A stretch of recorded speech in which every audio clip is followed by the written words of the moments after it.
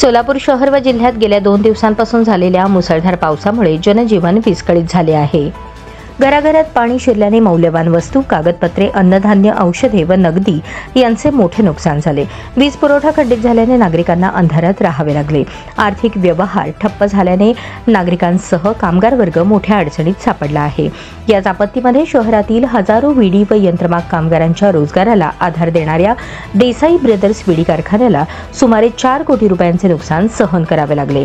पावसाचे जवळपास 5 फूट पाणी कारखान्यात घुसल्याने तेंदूपत्ता, तंबाखू, दोरा व तयार उत्पादने पूर्णपणे खराब झाली. त्यामुळे तब्बल 18,000 विडी कामगारांचा रोजगार धोक्यात आलाय. सदर कारखान्याचे आपत्कालीन विमा उतरवला असून त्याचा लाभ तातडीने मिळवून देण्याची मागणी कामगार नेते व माजी आमदार कॉम्रेड नरसय्या आडम मास्टर यांनी मुख्यमंत्री देवेंद्र फडणवीस यांच्याकडे केली.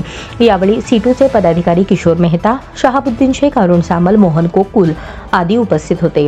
दरम्यान कॉम्रेड आडम मास्टर यांनी महापालिका आयुक्त डॉक्टर सचिन ओंबासे व पालकमंत्री जयकुमार गोरे यांच्याशीही संपर्क साधून जलसंकट निवारण्यासाठी तात्काळ उपाययोजना करण्याचे आवाहन केले.